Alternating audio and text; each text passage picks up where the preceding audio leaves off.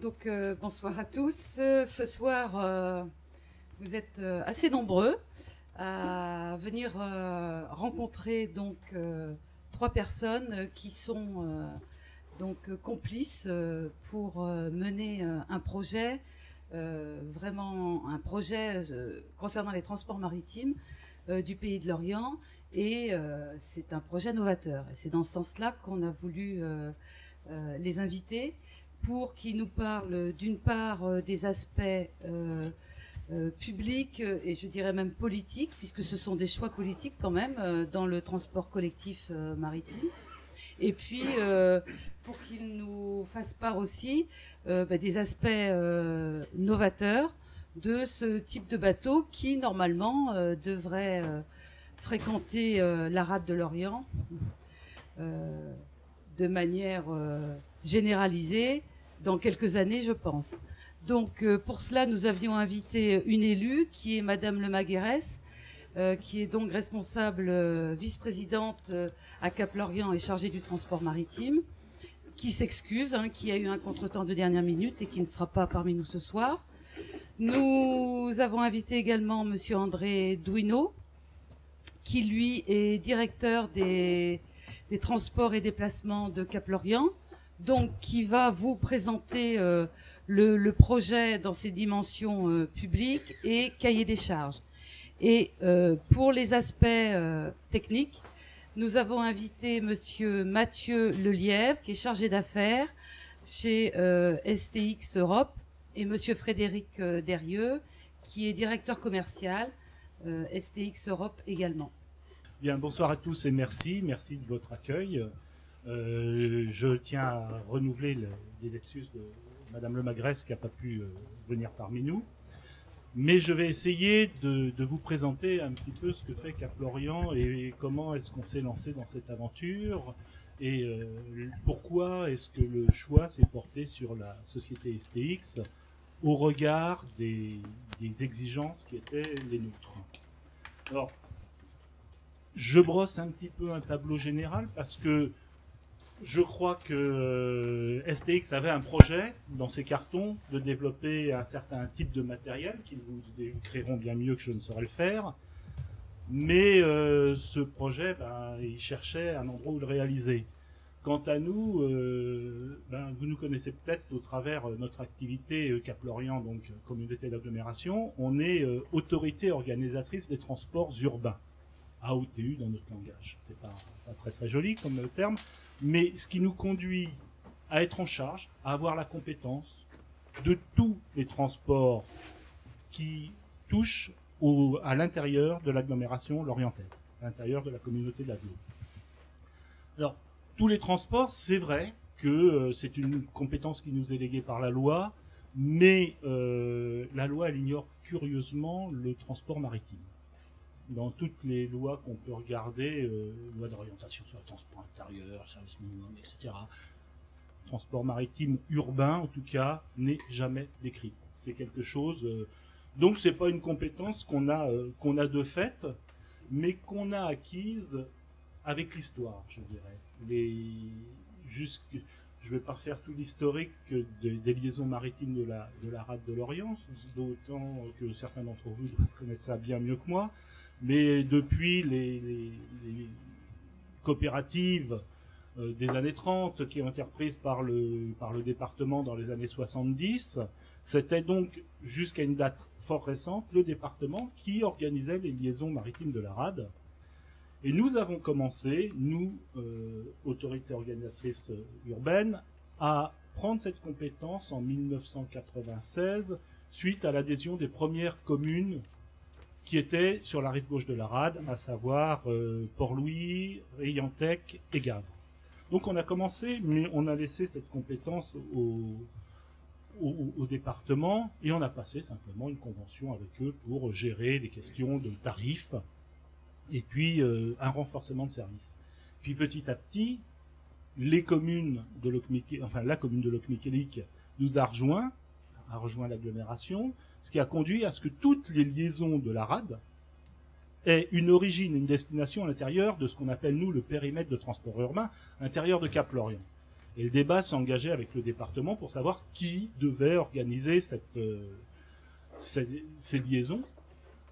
Et même si la loi était muette là-dessus, le choix a été fait par les élus de Cap-Lorient de reprendre intégralement la compétence transport, compétence qu'il a repris au 1er janvier 2008 exactement, avec l'acquisition de tous les navires qui antérieurement assuraient les liaisons.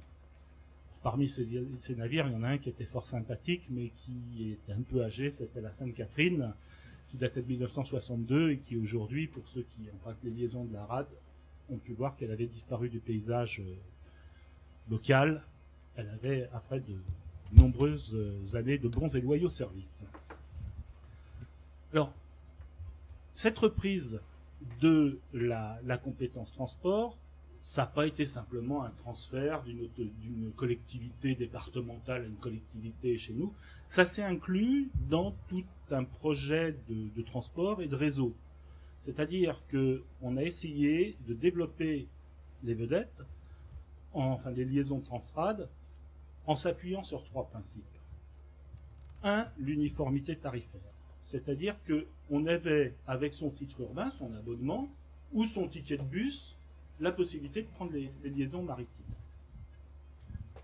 2, une correspondance avec les bus, notamment sur la rive gauche. Quand le bateau arrive, le bus arrive. Donc on offre le service bateau plus bus. Et 3, quelque chose qui, le mot n'est pas très commun, mais il commence à rentrer dans les mœurs, mais qui pour nous est très important, ça s'appelle le cadencement. Le cadencement, c'est quoi? C'est de définir une fréquence de passage qui soit aisément mémorisable. Pour ceux qui prennent souvent les vedettes, ils savent que c'est à la demi-heure, avec un départ en gros au quart et à moins le quart d'un côté, et à l'heure et à la demi de l'autre côté. Et ça fait qu'on a mémorisé, les gens, les usagers, ont mémorisé les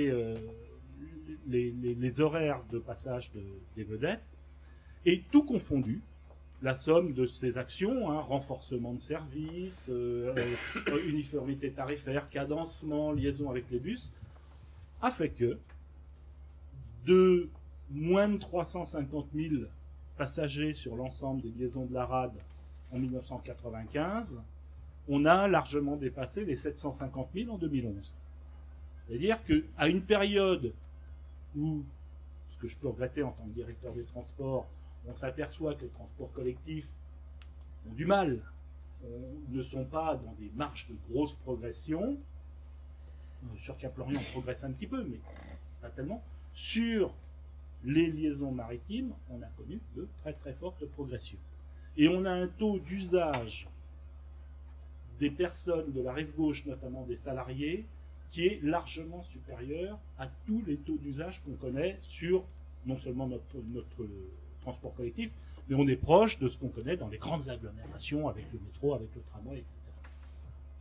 Donc voilà, en quelques mots, les liaisons de la rade, ça a été un véritable enjeu qui a débuté en 1996, qui s'est achevé en 2008 avec l'intégration complète, de volonté de vraiment développer toutes ces liaisons maritimes.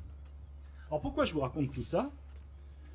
C'est parce que tout ça, ça va avoir une incidence directe sur la commande du navire que l'on va devoir passer pour remplacer la Sainte-Catherine, et une incidence directe sur le choix technologique qui a été retenu par Cap-Lorient, qui a été d'abord proposé par STX, et retenu par Cap-Lorient, parce que ce choix technologique était indispensable par rapport à nos conditions d'exploitation.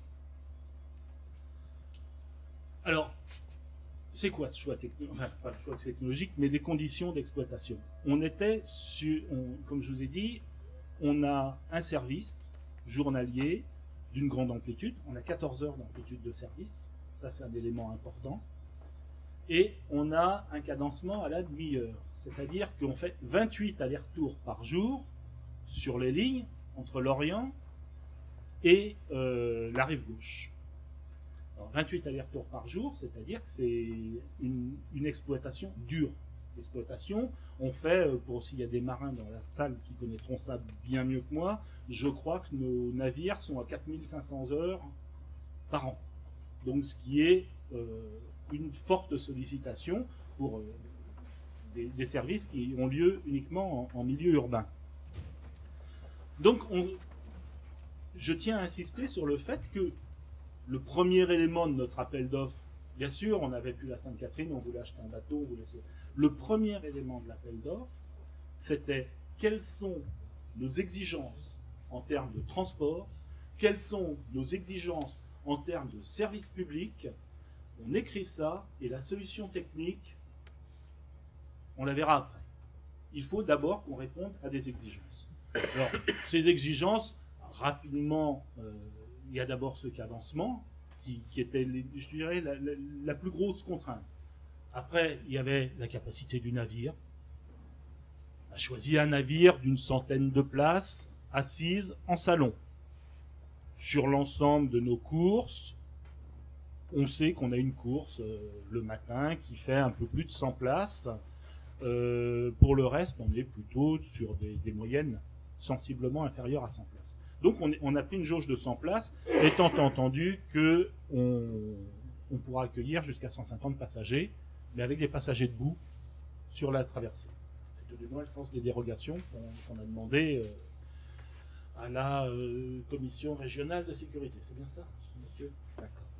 Donc 100 places passagers, des places pour les vélos. Actuellement, on prend des vélos, on transporte des vélos. On a choisi de le faire de façon confortable, etc.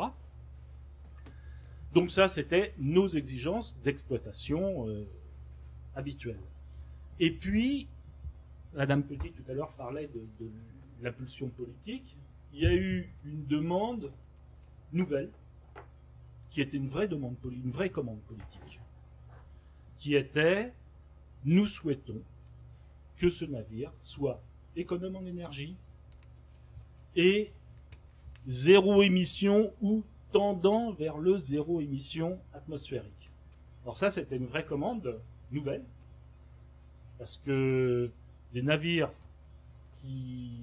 zéro émission en mesure d'assurer notre exigence en termes d'exploitation, c'est simple, ça n'existait pas. Donc je me suis retrouvé à devoir élaborer un cahier des charges pour que la communauté d'agglomération acquiert un navire qui n'existait pas. Alors c'est pas le vaisseau fantôme, mais c'était quand même un sacré challenge de lancer cette aventure-là.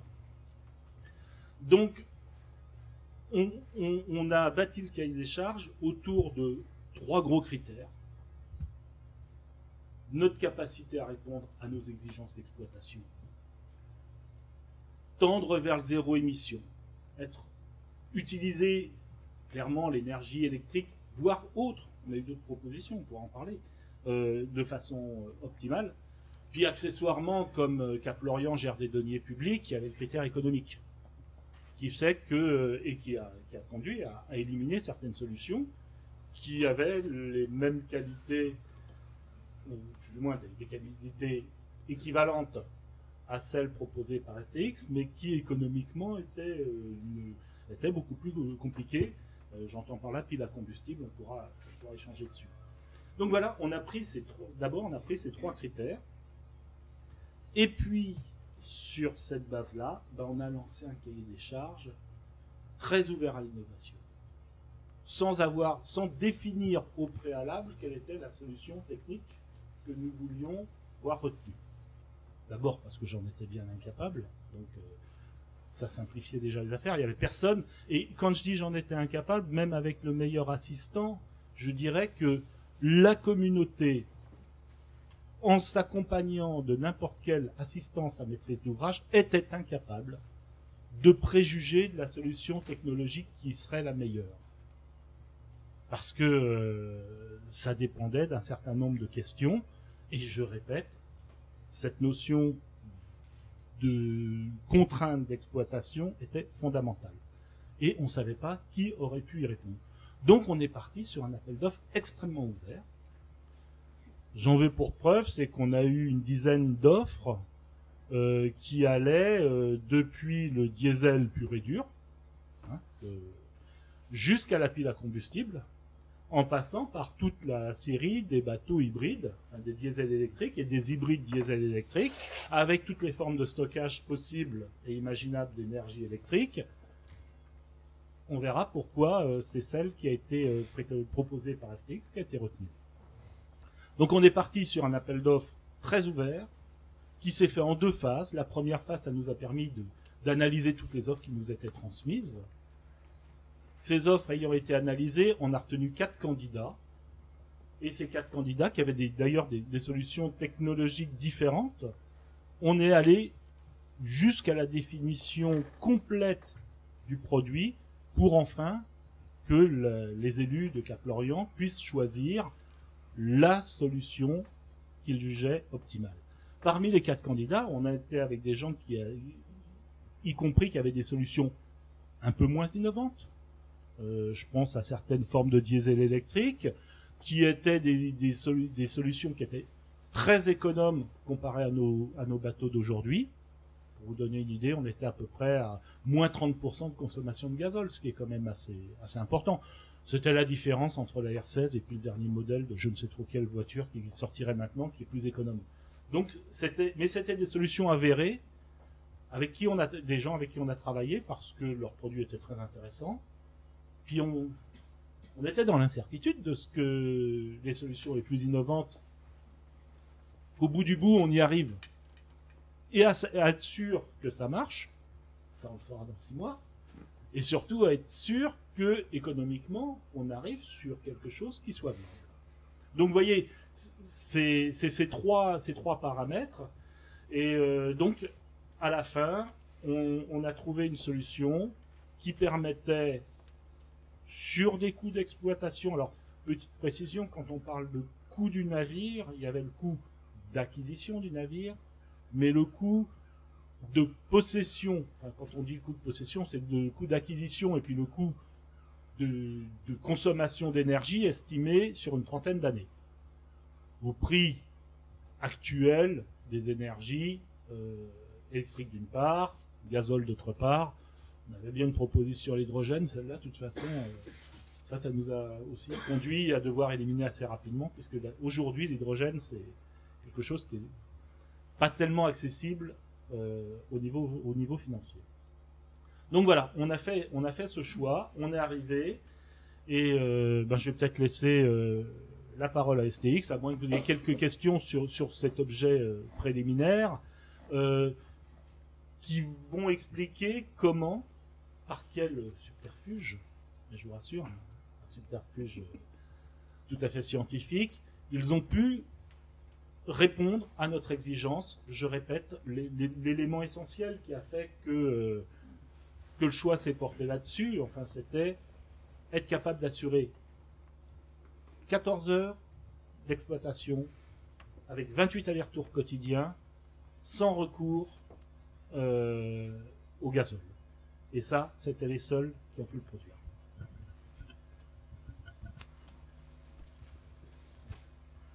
Je vous remercie, Monsieur Duino, pour cette introduction préliminaire qui a parfaitement décrit toute l'historique de ce projet qui est effectivement, comme vous l'avez souligné, un projet avec une extrême innovation et puis surtout qui est porté par une volonté politique. Comme nous en parlions, c'est 2 points très importants dans ce domaine-là, dans le domaine naval et en particulier de tout ce qui est des transports innovants. C'est qu'il faut que, bien sûr, ils soient innovants, c'est un peu une lapalissade, mais surtout, il faut qu'ils soient portés par une véritable volonté politique.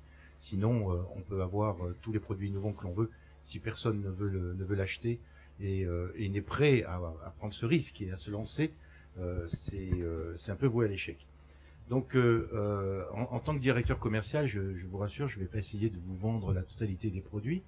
Je me propose, dans un premier temps, de vous parler de notre société STX Lorient, pour ceux qui ne la connaissent pas, mais de manière assez rapide, d'aborder également après un peu le marché du navire zéro émission, pour un peu brosser, si vous voulez, et donner le cadre dans lequel cette démarche s'applique. Puis je laisserai la parole à Mathieu Lelièvre, donc, qui est chargé d'affaires, et qui, lui, rentrera dans le vif du sujet, et donc vous décrira la technologie, les applications, et comment tout cela fonctionne. Donc notre société STX Lorient est basée à la Nester, sur le site du ROU. C'est un site donc qui est relativement ancien.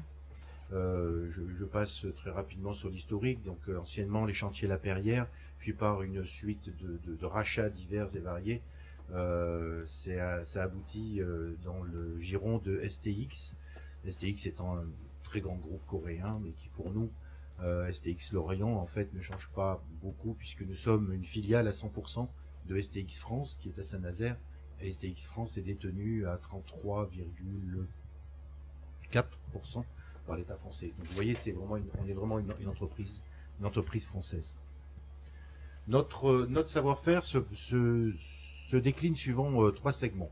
Le premier segment, qui sont les bâtiments militaires, les patrouilleurs. Je précise, c'est pas des frégates, c'est pas des CNS avec des gros bâtiments. Ce sont vraiment des petits patrouilleurs qui sont dans une logique de coûts d'acquisition réduits et surtout de coûts d'exploitation et de maintenance réduits. Donc on rentre bien dans la logique, comme l'a précisé Monsieur Duinou, d'un navire qui coûte relativement peu cher à l'acquisition, mais qui surtout dans son exploitation permet d'économiser de l'argent. Donc ce deuxième segment, ce sont les navires et les navettes transport passagers ou de véhicules que j'appelle avec un horrible anglicisme eco-friendly. J'ai pas trouvé l'équivalent, si ce n'est faible impact environnemental. Mais ce sont des navires donc qui sont d'une taille de 40 à 120 mètres, avec des propulsions innovantes ou à faible émission.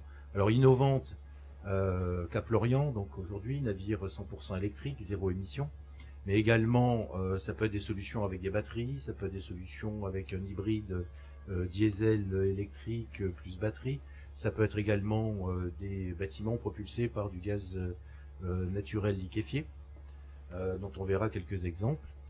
Et puis le troisième segment, ce sont les navires spécialisés. Les mauvaises langues diront que ce sont les moutons à 5 pattes, mais en fait ce sont des navires qui ont en commun avec tous les autres le côté innovation. Ce sont des bâtiments hydrographiques, océanographiques, des bâtiments de pose ou de maintenance d'éoliennes offshore et d'hydroliennes. Ce sont des navires écoles. Donc vous voyez, on est clairement orienté vers des solutions avec un faible impact environnemental et tourné vers également les énergies marines renouvelables. Pour ce qui est de notre outil de production, l'outil de production de STX Lorient est entièrement couvert, c'est-à-dire qu'on garantit un niveau de qualité très élevé aux clients. Certains chantiers qu'on appelle vulgairement low cost, mais situés à l'étranger, bien qu'étant en Europe, construisent à l'air libre, construisent en plein air, avec tous les inconvénients que cela peut procurer. Donc ici à Lorient, nous construisons la totalité de nos navires sous des toits, donc c'est entièrement couvert. Donc on a une garantie de maintien du délai, également de la qualité de fabrication. En ce qui concerne nos références, donc vous voyez en haut à gauche le bâtiment Beautemps-Beaupré, qui est un navire hydrographique, qui est connu comme étant reconnu comme étant la référence mondiale dans le domaine de l'hydrographie. J'étais à un symposium et un séminaire européen d'hydrographie où il y avait tous les représentants des grandes institutions hydrographiques européennes et ils ont tous reconnu que c'était le modèle, malheureusement à un coût extrêmement élevé. En haut à droite, l'île de Groix, vous allez me dire, mais c'est pourquoi l'innovation? C'est tout simplement parce que c'est un navire qui effectivement extérieurement on peut s'imaginer qu'il est assez courant. Mais les contraintes d'exploitation, encore une fois, donc le souhait de satisfaire le besoin du client, ont conduit à avoir un navire qui soit extrêmement manœuvrant pour sa taille, avec des portes qui s'ouvrent non pas dans l'axe ou à 90 degrés, mais suivant un angle bien précis pour pouvoir s'adapter au cale de l'île de Groix ou de Belley. En bas à gauche, un ferry hybride, innovant, que nous avons construit pour la Norvège, qui est à propulsion gaz naturel liquéfié, mais également diesel. Donc c'est un navire, c'était le premier du genre, avec des aménagements intérieurs qui sont directement issus de notre programme Éco-Horizon que Mathieu vous détaillera. Et enfin, en bas à droite, les navires militaires. Je ne dis pas que je les gardé pour la fin, mais c'est un peu anecdotique. Mais parlons plutôt donc de nos navires à faible impact environnementaux. Donc ici, vous voyez les Nesoden, qui sont des transports de passagers. On transporte jusqu'à 600 personnes. Ils sont à Oslo. Et ils traversent la rade du pied de l'hôtel de ville, enfin le fjord, plus exactement, au pied de l'hôtel de ville à Oslo. Et je me suis rendu à Oslo, et c'est toujours facile de demander à l'armateur, alors qu'est-ce que vous pensez des navires? Il va toujours vous dire, ils sont trop chers, j'aurais bien aimé, si, ça de plus, et autres. Donc j'ai préféré m'adresser aux clients, et je suis allé carrément à la sortie, donc quand un ferry accostait, j'ai demandé aux gens, alors c'était bien, qu'est-ce que vous en pensez du navire? Tout le monde était ravi, parce que justement avec cette propulsion au gaz, il y a presque zéro émission en CO2, en NOx, soufre et autres. Ce sont des navires avec des aménagements intérieurs étudiés et de qualité supérieure. Enfin, notre référence, qui est l'objet de cette conférence aujourd'hui, donc c'est le navire, la navette transport passagers commandée par Cap Lorient au chantier STX, qui est un navire qui est, lui, zéro émission, complètement zéro émission, et qui sera mis en service, nous l'espérons tous, à l'été 2012, si je ne me trompe pas, et sauf impondérable. Vous voyez donc sur une image en bas à droite une des coques de ce catamaran en cours de construction. Alors les navires électriques, on en parle beaucoup, beaucoup d'idées sont émises dans les médias, on a des idées sur tout, mais ce qu'il faut comprendre, c'est qu'on peut avoir d'excellents produits, mais encore faut-il avoir l'opportunité de les vendre, de pouvoir. Et est-ce que ces produits sont adaptés vraiment aux besoins? Et on se rend compte que dans le cas qui nous intéresse aujourd'hui, donc notre navire Cap Lorient zéro émission, il est essentiellement conditionné par la géographie, comme Mathieu vous l'expliquera, et puis parce que c'est un navire qui est parfaitement adapté aux conditions d'exploitation relativement extrêmes, comme le disait Monsieur Duino, 14 heures d'exploitation par jour, plus de 40 trajets quotidiens, donc c'est quelque chose. Ce sont des navires qui naviguent toute la journée, suivant une longue période. Donc on voit donc géographiquement, j'ai pris deux exemples en fait, tout simplement avec sur Internet, une cote très découpée, où vous voyez que une personne qui habite par exemple de ce côté et qui doit se rendre ici, soit il fait 4 heures de route et il consomme de l'essence et produit du CO2 et autres pollutions, soit il se contente de prendre le bac que j'ai un peu agrandi ici, et vous voyez qu'il coupe. Exemple vécu à Oslo, 15 minutes, j'ai pris 15 minutes dans le petit bateau bus pour me rendre à une réception officielle. Si j'avais pris la route, je n'aurais eu pour 1h30. Donc, vous voyez, ce sont des conditions. Alors, comme évidemment, vous traversez, vous faites en fait une route flottante, donc il faut des conditions d'exploitation. Les conditions d'exploitation sont très difficiles. Ça veut dire tourner tout le temps. Je prends le cas de certains ferries en Norvège, dont on demande aux armateurs vous commencez à quelle heure? Ils me disent 4 heures du matin. Je dis vous arrêtez à quelle heure? Il me dit 1h. 1h de l'après-midi? Non, 1h du matin. Donc de 4 heures à 1h du matin, le navire tourne avec un aller-retour toutes les 15 ou 20 minutes. Donc en fait, il n'y en a pas qu'un, il y en a plusieurs. Voilà. La volonté des autorités politiques locales à innover, donc ça on l'a abordé, et M. Duno l'a clairement fait la démonstration.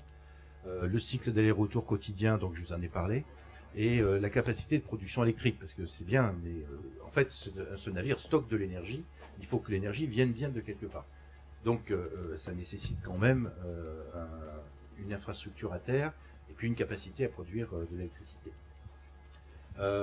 Les atouts donc de ce genre de produits en termes de marché, quand on le compare à d'autres solutions qui sont des solutions hybrides ou diesel, qui sont à l'acquisition beaucoup moins chères, c'est en fait en termes de réduction de coûts d'exploitation, parce que quand vous avez un diesel, vous avez de la maintenance, une machine tournante, vous maîtrisez pas toujours à quelle vitesse vous pouvez aller, ni les arrêts que vous faites. Alors que là, en électrique, vous mettez un peu comme à la maison, vous allumez votre télé et puis vous l'éteignez. Il n'y a pas de machine tournante particulière ni de maintenance au niveau de la solution technologique. Une énergie qui est facilement distribuable, parce qu'en général, l'électricité, pour ce genre de produit, se retrouve, comme je l'ai montré, sur une route pour traverser un petit bras de mer, ou alors pour transporter des passagers d'un côté à l'autre d'un fjord comme à Oslo.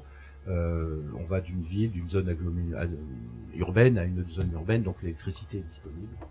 Un accroissement de la sécurité, parce que vous n'avez pas de risque d'incendie à bord, et également une diminution du risque de pollution accidentelle en cas d'accident, puisque vous n'embarquez pas ou très peu de gasoil.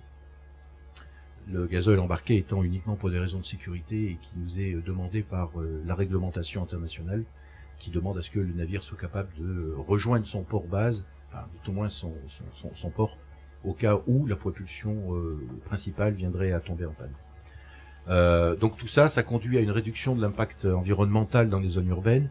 Donc j'ai pris un exemple, c'est pas un scoop, c'est simplement le projet Voguéo à Paris, où on voit que c'est une solution qui est parfaitement adaptée avec de multiples arrêts. Donc je vous ai parlé de traverser un bras de mer souvent par jour, sur une longue période, sur une durée d'exploitation quotidienne assez importante. C'est valable aussi, je dirais, sur une ligne, en faisant plusieurs arrêts tout au long de la journée, mais assez rapprochés. Ensuite, une diminution de la pollution acoustique, ça Mathieu vous en parlera sur les solutions qui sont utilisées. Ça peut être par exemple pour du transport, il y a un cas dans une zone qui est un parc naturel protégé, qui doivent faire traverser les chevaux d'un côté à l'autre. Il n'y a pas long à faire, mais actuellement ils font ça avec un bac diesel et les chevaux sont assez rétifs à embarquer. Et puis ensuite le principe de la recharge rapide, où je laisserai également Mathieu vous en dire plus. Voilà. Donc je passe la parole à Mathieu, et puis donc s'il nous reste un peu de temps à la fin, je serai très heureux de pouvoir répondre à vos questions sur le côté commercial, bien sûr, et également sur le côté comment on voit un peu l'avenir de ce marché-là. Merci. Si tu veux bien, parce que j'ai un laser, tu peux prendre dans l'œil.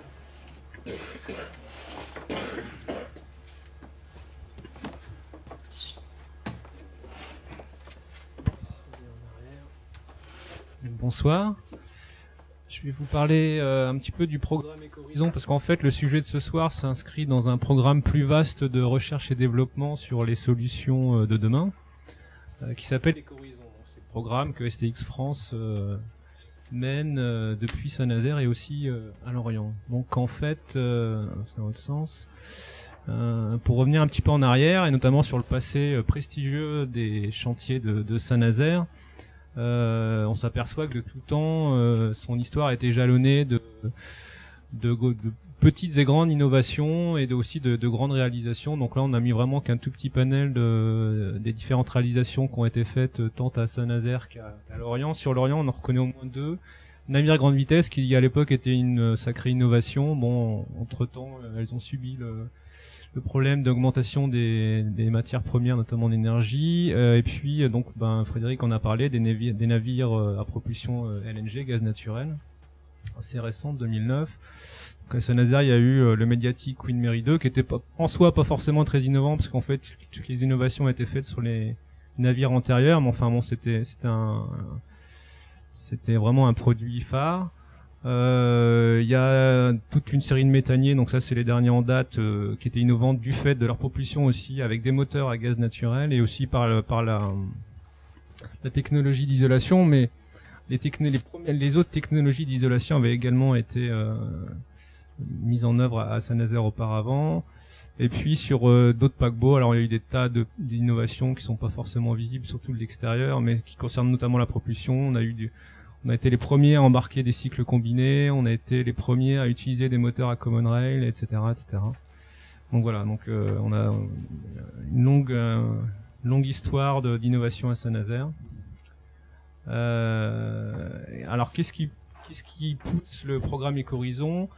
Donc dans Éco-Horizon, il y a Horizon donc qui concerne l'avenir, et éco, économie et aussi écologie. Donc en fait, ce sont deux aspects qui sont des contraintes fortes pour nos clients, les exploitants. Le premier, c'est, enfin, il n'y a pas vraiment d'ordre, mais il y a le problème du réchauffement climatique, de la pollution de l'air, de la raréfaction des ressources, et également donc en parallèle c'est un peu lié probablement aussi, l'augmentation du prix de l'énergie. Donc tous les industriels travaillent et réfléchissent sur des solutions d'avenir pour pallier ces problèmes. Donc nous avons apporté les nôtres. Je fais dans le mauvais sens. Alors les enjeux, les défis en fait derrière ces programmes d'innovation, c'est de un petit peu lutter contre tout ça, qui sont un peu les nuisances que peut émettre un navire en exploitation. Alors il y a d'une part toutes les émissions gazeuses dans l'atmosphère, liées principalement ici à la combustion, donc les oxydes d'azote, les oxydes de soufre, le CO2, les particules et d'autres gaz à effet de serre. Il y a aussi le bruit, donc ça c'est très lié aussi au moteur à combustion interne. Et puis d'autres rejets qu'un navire peut avoir, notamment liés au combustible toujours, donc qui crée des eaux mazouteuses, donc des eaux polluées, des eaux usées aussi, hein, des eaux noires et des eaux grises. Bon, ça sur des navires qui ont un peu plus d'autonomie, les déchets produits à bord. Les eaux de ballast aussi, qui est une vraie problématique internationale, mais ça c'est plutôt pour des navires à voyage internationaux. L'anti-fouling, etc. Donc ça, c'est tout un tas de sujets sur lesquels nous travaillons avec notre programme Éco-Horizon. Donc il a débuté, pour rejoindre un petit peu ce que disait Monsieur Duino, nous on a commencé à réfléchir sur ces solutions-là il y a maintenant, donc ça fait 5 ans, c'était en 2007. L'objectif c'était de consolider toute notre expertise acquise au cours des années antérieures en termes de maîtrise d'énergie, d'environnement, donc de créer un pôle de compétences au service de nos clients, d'intégrer les solutions technologiques propres des navires de demain, qui concernent le gaz, les énergies renouvelables, le stockage d'énergie, l'hydrogène, etc. Donc tout n'a pas forcément encore vu le jour. Le gaz, on en a parlé, on a fait 3 ferries à propulsion gaz. On est aussi acteur dans le changement de la réglementation qui, pour l'instant, n'autorise pas l'utilisation du gaz dans la communauté européenne.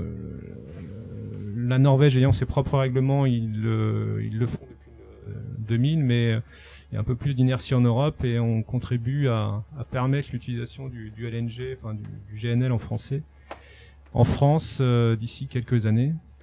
Donc, dans le domaine des énergies renouvelables, on a participé au programme, en tout cas on y participe, de l'hydrolienne dans le Nord-Bretagne, puisqu'on a construit en sous-traitance pour Open Hydro, qui est le constructeur et l'inventeur de la turbine ouverte ici. On a construit la barge de pose d'hydrolienne. Donc en fait ça relie un peu les deux. Donc depuis la source, la production d'énergie renouvelable, jusqu'à l'utilisation de cette énergie renouvelable via le réseau de distribution électrique. Nous sommes acteurs sur tout le cursus de l'énergie.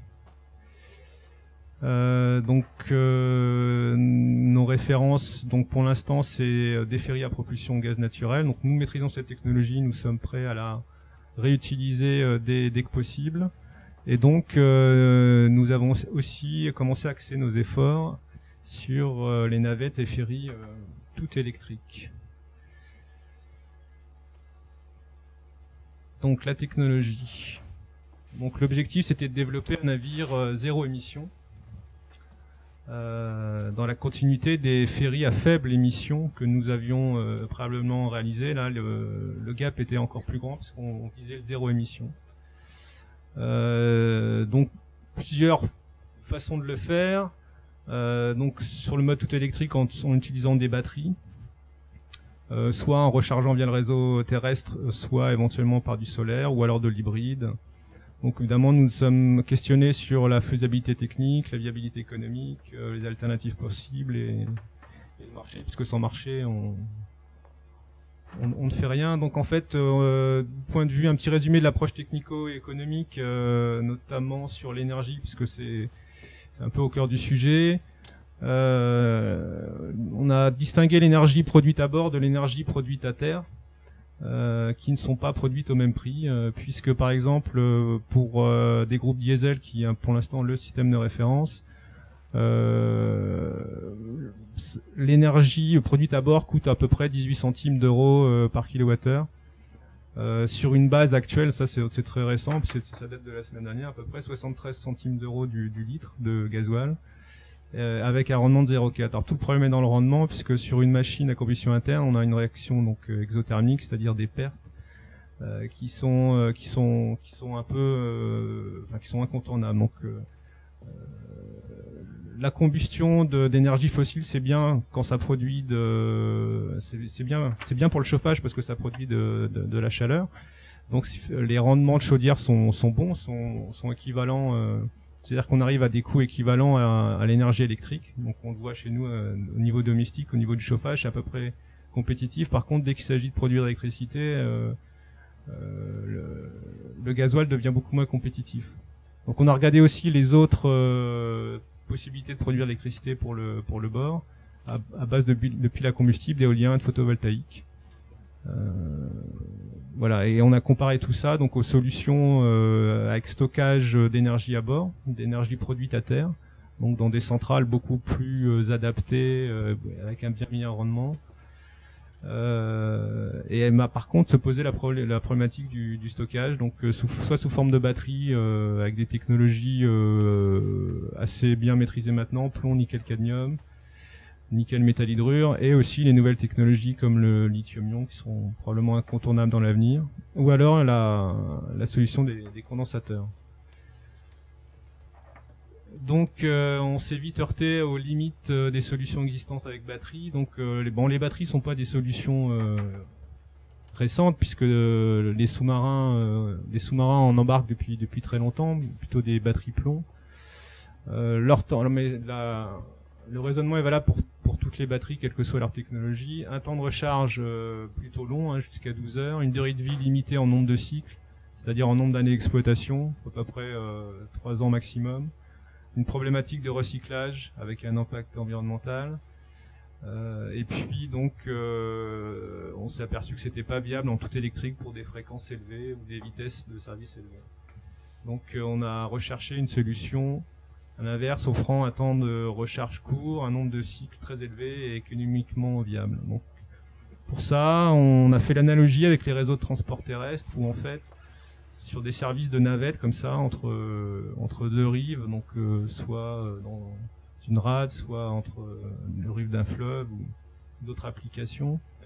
On a fait l'analogie avec un réseau de transport terrestre et notamment la continuité de ligne avec une déconnexion temporaire de réseaux d'énergie. Donc typiquement sur une ligne de tramway par exemple, quand il arrive souvent que dans des carrefours par exemple, il y a une discontinuité de la caténaire et donc le tramway doivent être autonomes sur une petite distance.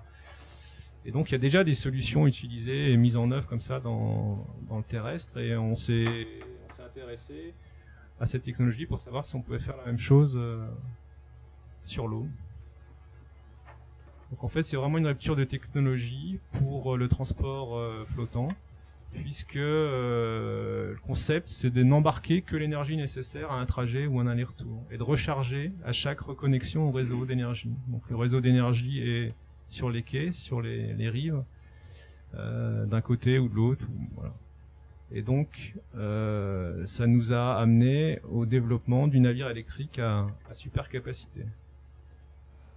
Qu'est-ce qu'une supercapacité? C'est un ensemble de condensateurs. Je sais pas si c'est suivante. Un condensateur, donc c'est un composant électrique bien connu qui sert à stocker des charges électriques par le biais de la force électrostatique sur des plaques électrodes conductrices séparées par un matériau isolant.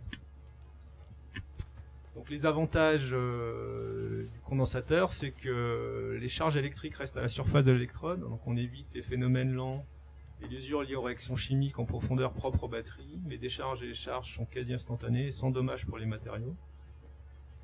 La petite différence, la grosse différence entre un condensateur et une supercapacité, c'est qu'on augmente la surface d'accueil des charges. Ici, vous avez les deux plaques d'électrodes. avec le diélectrique au milieu. Et donc, en fait, pour augmenter la artificiellement, si on peut dire, la surface de stockage des charges électriques sur ces surfaces, on a creusé des milliards de pores nanoscopiques dans du carbone qui est posé sur la plaque, ce qui fait qu'on atteint une densité surfacique de 3000 m² par gramme de matériaux, ce qui est assez considérable. Donc ça, c'est la grosse innovation des supercapacités. Donc vous voyez, ces deux plaques en fait séparées de l'isolant électrique sont roulées, sont mis dans des rouleaux, ce qu'on appelle des cellules, c'est scellé, c'est mis dans des modules, c'est relié en série. Et donc on trouve sous différentes formes et capacités. C'est super.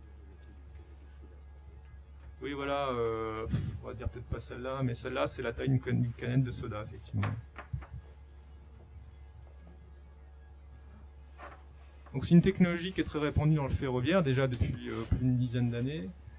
Une application typique, c'est, comme je vous disais, assurer une autonomie du tram, par exemple, ou du train, ou même d'un bus enfin, un trolley électrique, sur un carrefour, par exemple, mais ça sert aussi à récupérer l'énergie de freinage, donc sur une durée assez courte, et de la restituer sur l'accélération suivante. C'est une très grande longévité, donc les premières qui ont été installées sont toujours en service. Donc ça, c'est une application en Allemagne. D'autres applications, on les retrouve donc aussi dans des applications plus purement électriques, comme stabilisation du réseau. Donc là, c'est vraiment son utilisation en tant que condensateur. Sur les systèmes, on va les voir en arrivée sur les voitures, les nouvelles voitures électriques, nouveaux véhicules. Par exemple, la Blue Car de Bolloré qui a été mis en service à Paris dans le programme de Autolib. Pour l'instant, c'est la première génération, ils ont démarré qu'avec leur batterie, mais en deuxième génération, ils mettront aussi leur supercapacité pour faire le système Start and Stop. Et puis ça sert donc à stocker l'énergie qui est notre principal besoin pour le sujet qui nous concerne. Ça, à d'autres échelles, ça stocke de l'énergie dans des appareils de la vie de tous les jours. Et on voit quelques applications aussi, les supercapacités vont remplacer des ressorts, par exemple, sur des systèmes de sécurité. Voilà. Qu'on a besoin d'énergie sur un temps court, mais de façon intense, on utilise de plus en plus la supercapacité. Donc les avantages, c'est leur performance, donc c'est leur capacité à être rechargées très rapidement et déchargées, mais ce qui nous intéresse ici, c'est surtout la recharge, puisqu'elles vont être rechargées beaucoup plus rapidement qu'elles ne seront déchargées. Donc le temps de recharge est fixé uniquement par la capacité de l'infrastructure de recharge du navire et du quai, parce que la constante de temps d'une supercapacité, c'est de l'ordre de la seconde, donc en fait c'est vraiment rechargeable très rapidement. C'est adapté au fort d'intensité de service et au fort régime de recharge. Ça a une longévité de plus d'1 million de cycles. Enfin, 1 million, c'est donné un petit peu à titre d'indicatif, mais 1 million, ça représente bien plus que 30 années d'exploitation. Donc en fait, c'est une limite dont on ne connaît pas réellement la valeur.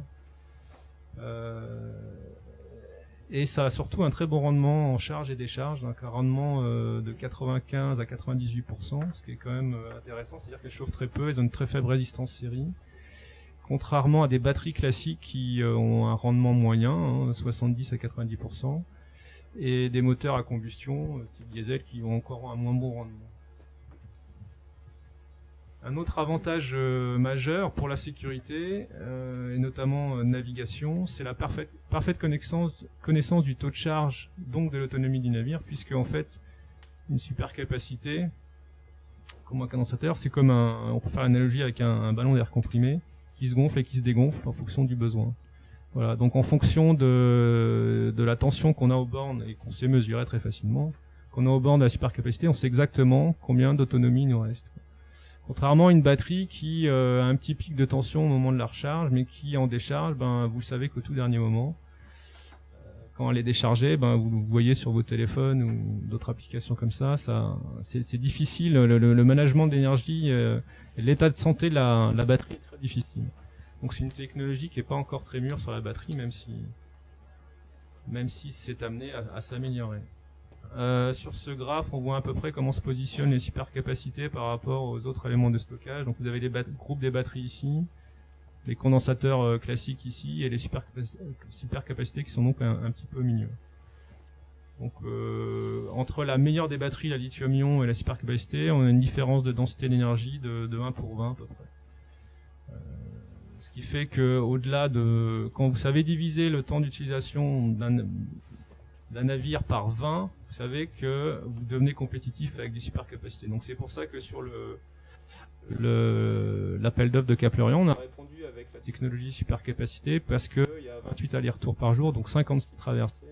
Ce qui fait que plutôt que de recharger une batterie pour 56 traversées, on préférait mettre des supercapacités qui avaient besoin seulement d'un 56e de l'équivalent, quoi.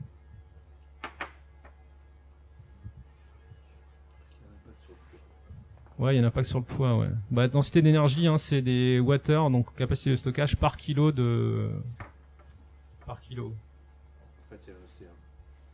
Donc pour une même capacité d'énergie, une supercapacité va peser 20 fois plus lourd. Mais comme on la recharge plus souvent, on a besoin, on raisonne pas à capacité identique, quoi. Bon, l'architecture pour utiliser les supercapacités n'a rien d'extraordinaire. Bon, d'abord, c'est évidemment une propulsion électrique, c'est-à-dire qu'on a une ligne d'arbre, enfin une hélice entraînée par un moteur électrique. En l'occurrence, là, c'est via par un propulseur azimutal. On a un réseau de distribution électrique en courant continu, bon, c'est la petite différence. Et puis, on utilise des convertisseurs pour donc gérer l'énergie et recréer aussi de l'alternative, puisqu'on l'utilise pour le moteur de propulsion et aussi tous les auxiliaires du bord. On a bien entendu une supervision totale et en temps réel de tous les paramètres, équipements du bord, du stockage, en passant par la conversion jusqu'à la propulsion, les auxiliaires.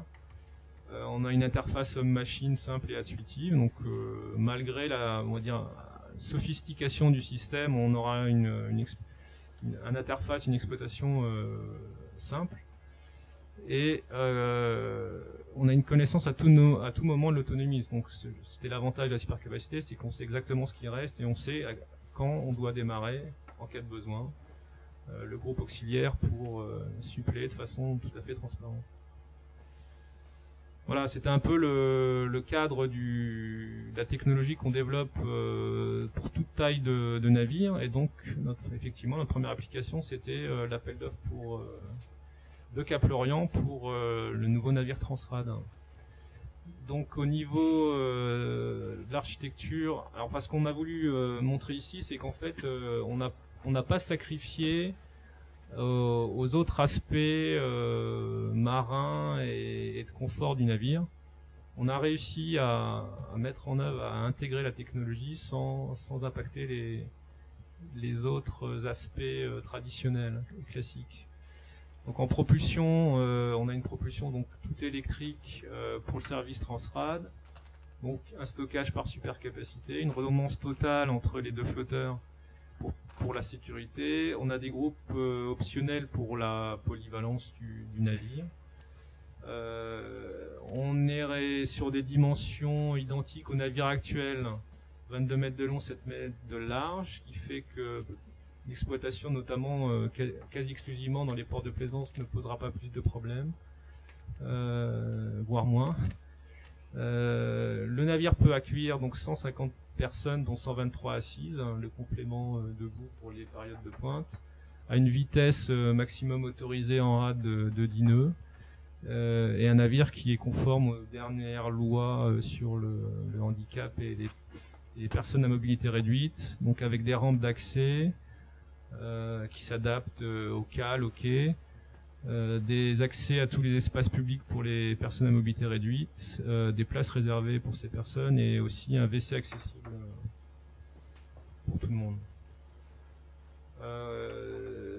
Donc au niveau de l'architecture, on a développé une carène spéciale, spécialement optimisée pour réduire la résistance de la coque, de la carène.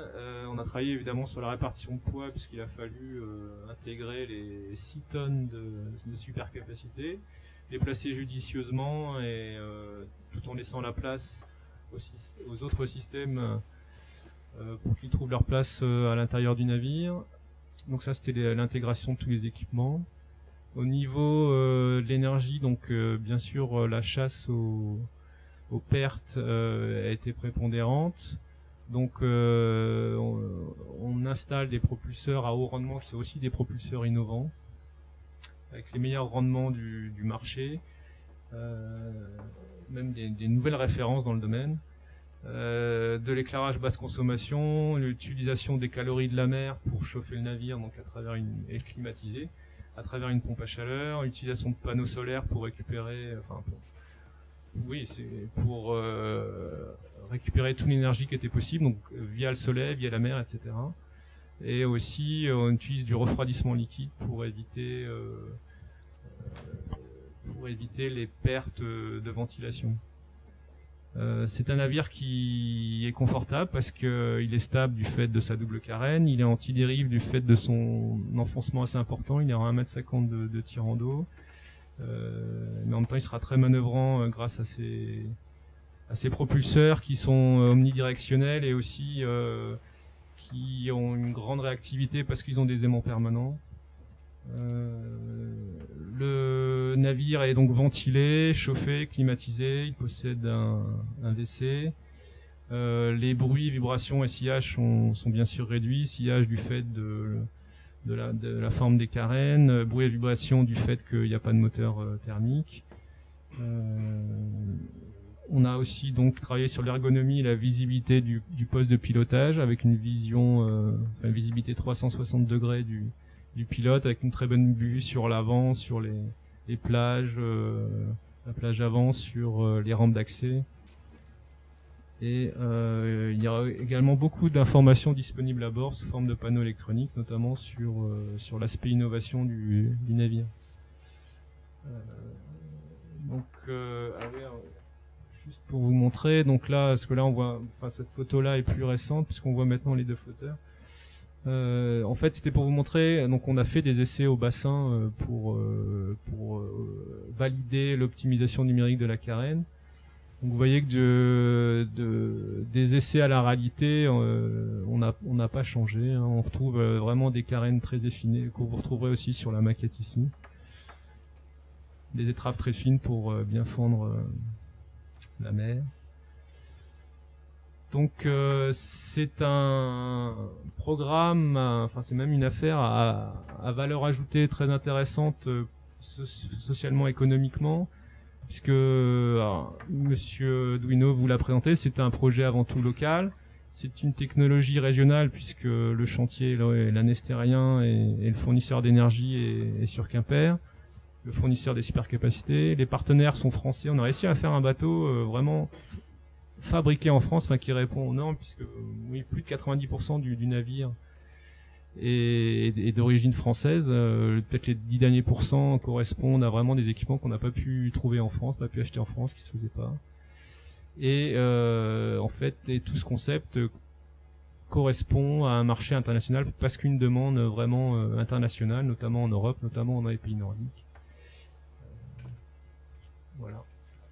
Donc en conclusion, l'intérêt du transport flottant zéro émission, c'est d'avoir un navire innovant qui bénéficie au prestige à la fois du chantier constructeur mais aussi de ses premiers utilisateurs. Donc il se trouve que les deux sont dans la même région, sont même dans la même ville à Lorient. Donc il est certain qu'on entendra beaucoup parler de Lorient dans les prochains mois et les prochaines années. Il y a au moins une chose qu'on n'enlèvera pas, c'est que le premier navire à supercapacité aura été fait à Lorient et est exploité à Lorient. Donc une fois qu'on aura le nom du navire, il sera largement connu, au moins dans le milieu maritime. Donc ce sera un navire écologique qui bénéficie évidemment à l'intérêt général des habitants et de la planète. C'est un navire sûr parce que moins de risque d'incendie, etc. Qui bénéficiera au public qui l'empruntera. Et c'est un navire performant, notamment en termes de consommation d'énergie, qui bénéficiera aux armateurs, et aussi du fait qu'il requiert moins de maintenance qu'une propulsion à base de moteur thermique. Voilà. Je pense que maintenant on va pouvoir passer aux questions. Je pense que vous avez plein de questions suite à ces présentations.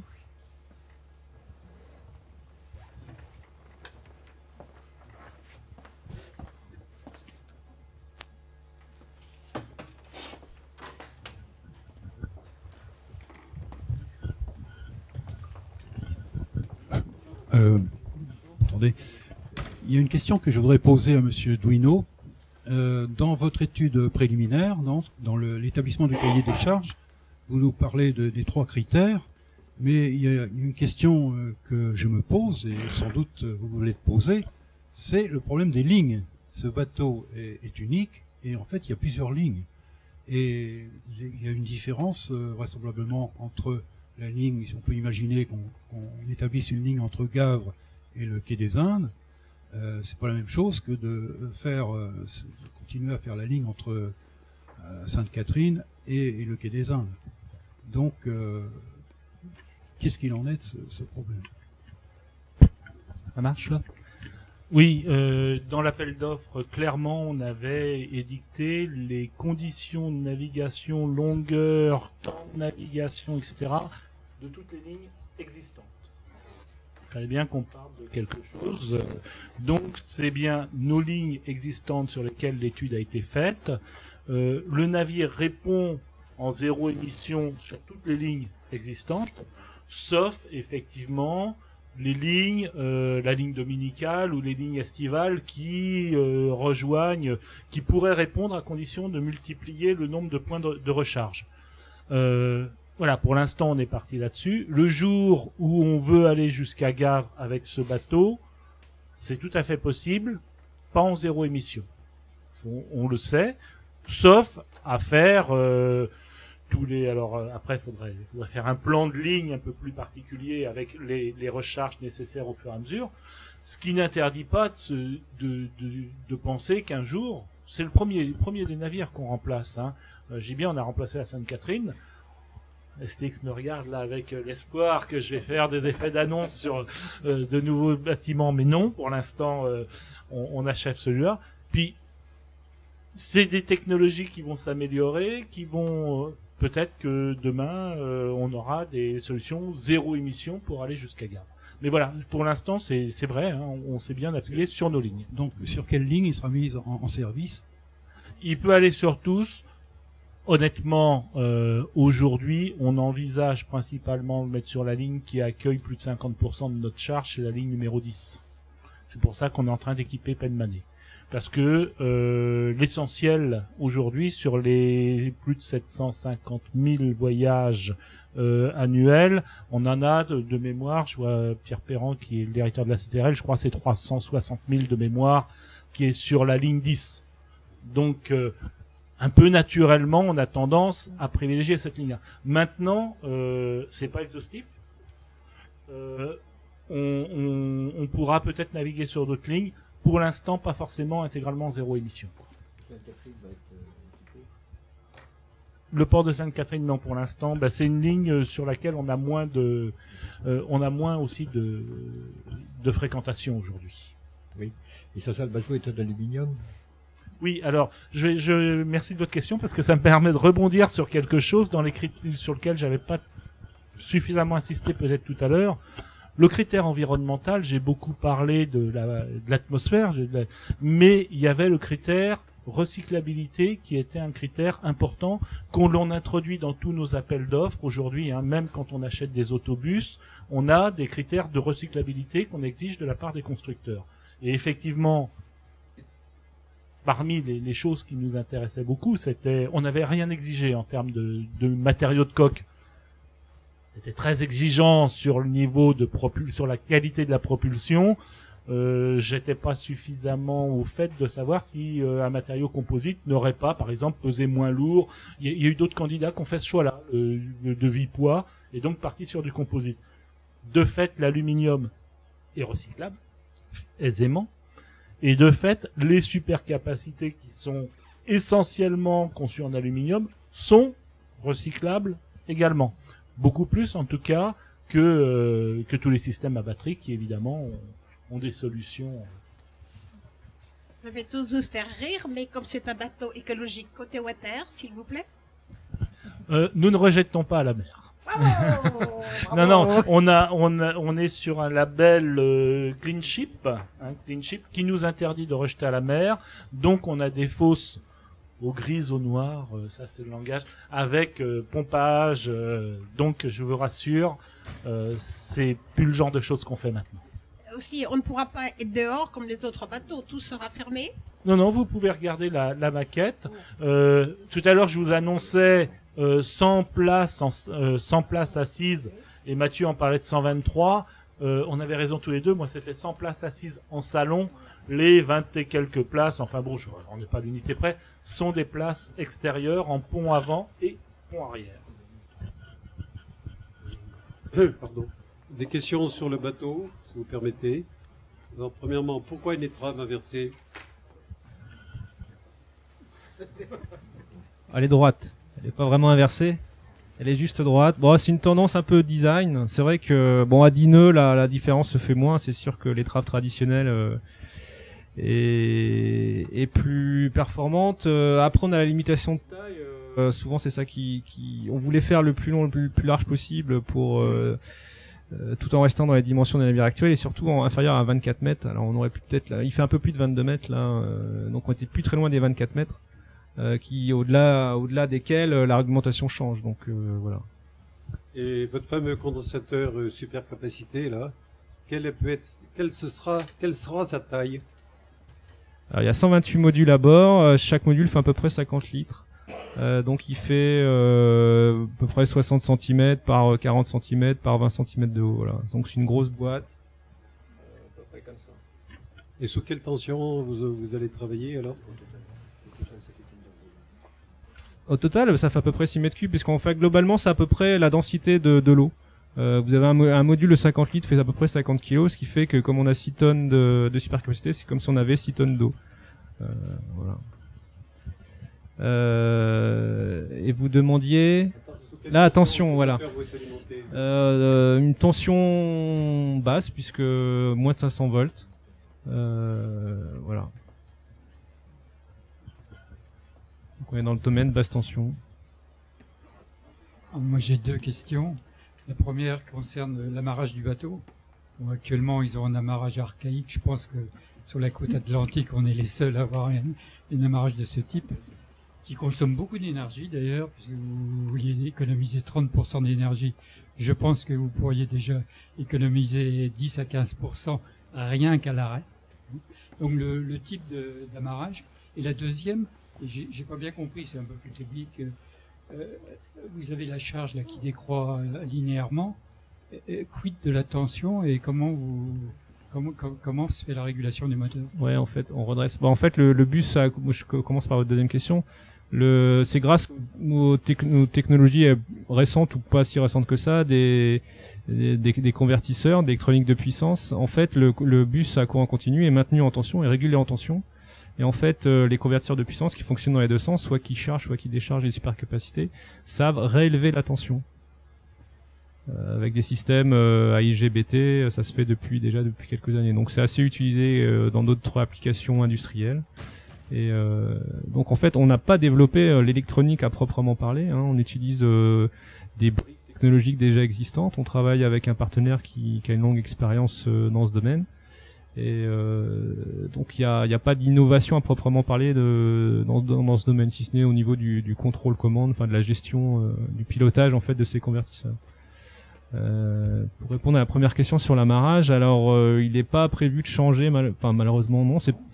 En fait, il y a des contraintes qui fait que l'amarrage actuel se fasse par une seule garde, c'est ça avant, c'est ça dont vous parlez? Oui, mais ils sont embrayés en avant. Oui, ils sont plus poussés, mais bon, l'énergie qu'on dépense à l'arrêt, c'est incroyable. Oui, alors là, ce sera en fait le même principe, c'est-à-dire qu'il y aura qu'une seule. En fait, l'équipage est limité. Il y a un pilote et puis il y a un matelot. Donc il doit à la fois faire l'amarrage, il doit à la fois accueillir le personnel, assurer sa sécurité, etc. Donc en fait, oui, alors, il devra en plus ici s'occuper de la. Et la marche sera en travers comme ça? Non, alors là, il y a une amélioration puisque à l'avant, il y a une rampe d'accès, qui est un portillon basculant pour les passagers. Et à l'avant de ce portillon basculant, il y a un petit portillon de service qui servira aux matelots pour passer la garde. Donc en fait, au pire des cas, la garde sera sous le portillon basculant, la rampe. Donc en fait, les passagers n'auront plus du tout à enjamber la garde. L'entrée sans franchissement d'haussière faisait partie un élément du cahier des charges. Évident. Ah oui. Ce qui va sans dire va mieux en le disant. Mais il existe, par exemple, je pense à La Rochelle depuis des décennies, un dispositif d'amarrage automatique, enfin de blocage. Pourquoi un navire innovant n'a pas un dispositif automatique d'amarrage? Parce qu'il faut quand même le prépositionner. Il y avait aussi un paramètre important ici, c'était d'utiliser au maximum le peu de temps qu'on avait, parce que ça, faisait partie du cahier des charges. On ne pouvait pas augmenter le temps d'escale des navires.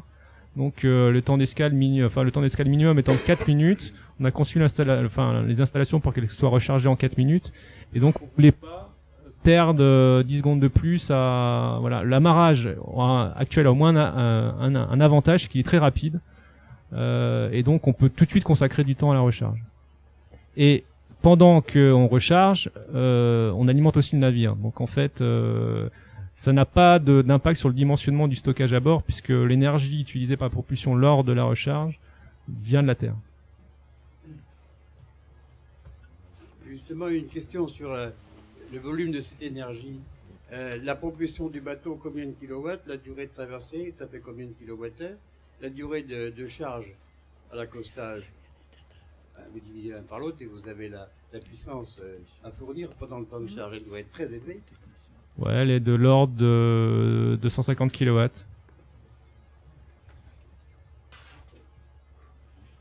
C'est la réponse principale.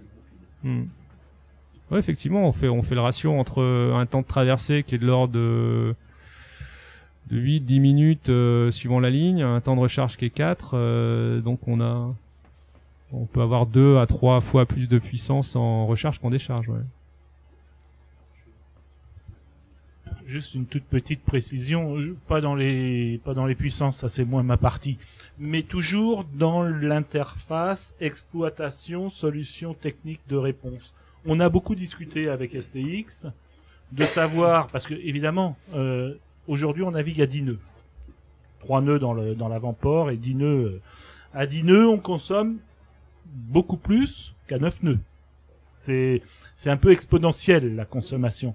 Et donc, on avait un peu un exercice d'équilibre à trouver entre limiter la vitesse pour consommer moins, mais si on diminue la vitesse, on est moins longtemps en escale, donc ça nous demande d'apporter plus d'énergie en moins de temps.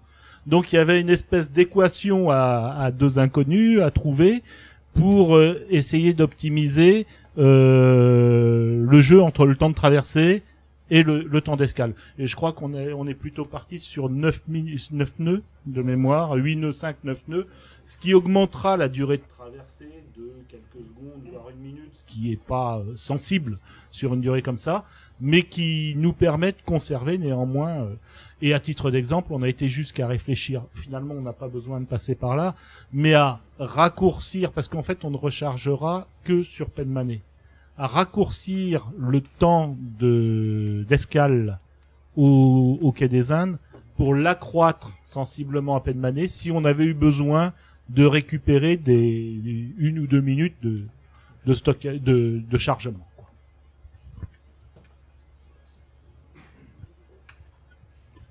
Concernant les bornes que vous allez mettre en place à Penmané, là, donc vous chargez en courant continu ou en alternatif que vous allez redresser après? Non, on recharge en alternative. Pareil, on a voulu rester sur des solutions assez standards et industrielles. Donc on est sur des prises industrielles standards, les plus grosses qu'on a. Donc on recharge bien en alternatif. On a le redresseur qui est à bord, qui est embarqué, et donc on redresse le courant à bord. Ouais. Ce qui permet d'avoir, du fait qu'on fasse la recharge en triphasé, des câbles, des sections de câbles plus faibles.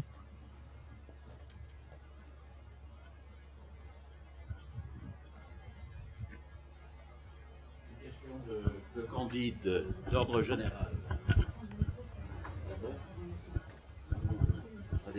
J'aurais voulu savoir en 2 mots si une telle infrastructure sur le plan écologique, à l'échelon de la planète, l'est véritablement sur le plan énergétique. Sur le plan énergétique. Évidemment, c'est sur le plan commercial. Il y a une économie d'énergie. Hein, il n'y a pas de pollution par le CO2, etc. Mais si, in fine, comme pour les voitures électriques, il paraît que les voitures électriques seraient plus coûteuses sur le plan énergétique à l'échelon de la planète que les non électriques, les thermiques. Qu'en est-il là-dessus? Sur le plan coût énergétique global, in fine, pour la planète. Alors, une première approche, c'est, je dirais que pour la planète, c'est une question où je n'ai pas la réponse. Parce que les études que l'on mène et que l'on a menées et que l'on mènera sur ce navire à 0 émission montrent bien que chaque localisation, chaque endroit dans lequel le navire va évoluer impacte effectivement sur ce que vous dites, donc l'impact environnemental et l'impact énergétique. Vous comprenez bien que l'Allemagne est en passé avec une production électrique avec des gaz à effet de serre, avec une émission de gaz à effet de serre. C'est pas la même chose qu'un pays qui produira de l'énergie à 90% hydroélectrique. Donc je dirais que moi je sais pas répondre, mais je vais laisser peut-être Monsieur Duino qui a peut-être la réponse. Oh que non, j'ai pas. Non, j'ai bien évidemment pas la. J'ai bien évidemment pas la réponse. Je voulais juste apporter une autre réponse je m'engagerai pas sur le débat de la voiture électrique. Vous me permettrez de sortir un joker. Non, c'est pas du tout similaire. C'est pas du tout similaire. J'insiste quand même sur le fait qu'on est sur une notion de transport collectif et que tout passager qui est transporté sur la ligne Transrad évite de faire 15 km en voiture pour faire le tour. Donc, à 1,3 personnes en moyenne par voiture, les 750 000 voyages qui sont faits chaque année, ça en fait quand même du kilomètre économisé. Et là-dessus, j'insiste sur le vrai gain. Alors, c'est un vrai gain parce que transport collectif. Je me garde de comparer l'efficacité énergétique d'une voiture thermique et d'une voiture électrique. Par contre, on a eu plusieurs fois vous n'êtes pas le premier à avoir une remarque sur... Ça interpelle. Un navire électrique, ça interpelle. Néanmoins, quand il y a quand même un mode de transport qui est largement plébiscité en France, c'est le tramway. Un mode de transport collectif, c'est le tramway. Le TGV, on se réjouit tous qu'il soit plus avec des motrices diesel. On est quand même sur des systèmes aujourd'hui. L'électricité dans le transport collectif est quand même une solution technologique assez utilisée. Alors, on est sur du transport collectif. 2, je parlais de recyclabilité. Après, au-delà de ça, faire le bilan total. On a essayé de le faire dans l'appel d'offres. Le bilan total énergétique d'un navire comme ça. Oui, il est construit à Lorient, donc déjà, on ne transportera pas à travers toute la planète, parce qu'il y a des propositions où le bateau a été construit de l'autre côté de la Terre. Hein. On ne transportera pas. D'où vient l'aluminium, les matières premières, d'où viennent... Bon, c'est extrêmement complexe. Le vrai bilan écologique d'un navire comme ça, c'est très très complexe. En fait, la réponse, elle est un peu dans les rendements. Il est quand même très difficile d'installer à bord d'un navire les moyens de produire de l'énergie, ou de la puissance à haut rendement. Il est clair que pour gagner des points de rendement, il faut des installations très complexes qui peuvent pas être mises en œuvre à bord d'un navire. Donc c'est plus facile de centraliser la production d'énergie et d'y mettre les moyens et de mettre en œuvre les meilleures technologies pour produire au meilleur rendement plutôt que de un peu décentraliser et de produire à bord d'un navire, de produire de l'énergie, au moins de la convertir, parce que l'énergie primaire est sous forme de fossile, mais avec un rendement de 0,4 maximum. Hein, sur les centrales terrestres, vous avez un meilleur rendement que ça. À bord, on n'a pas les moyens de faire mieux. C'est un peu comme la gestion aussi des eaux usées. À centraliser, on mutualise et disons qu'on confie dans les meilleures conditions à des spécialistes et dans les meilleures conditions possibles à la production d'énergie. Donc, en plus, pour revenir sur les énergies renouvelables, on sait qu'on sait pas les stocker actuellement. Donc, la seule façon de les utiliser, c'est d'utiliser un large réseau de distribution.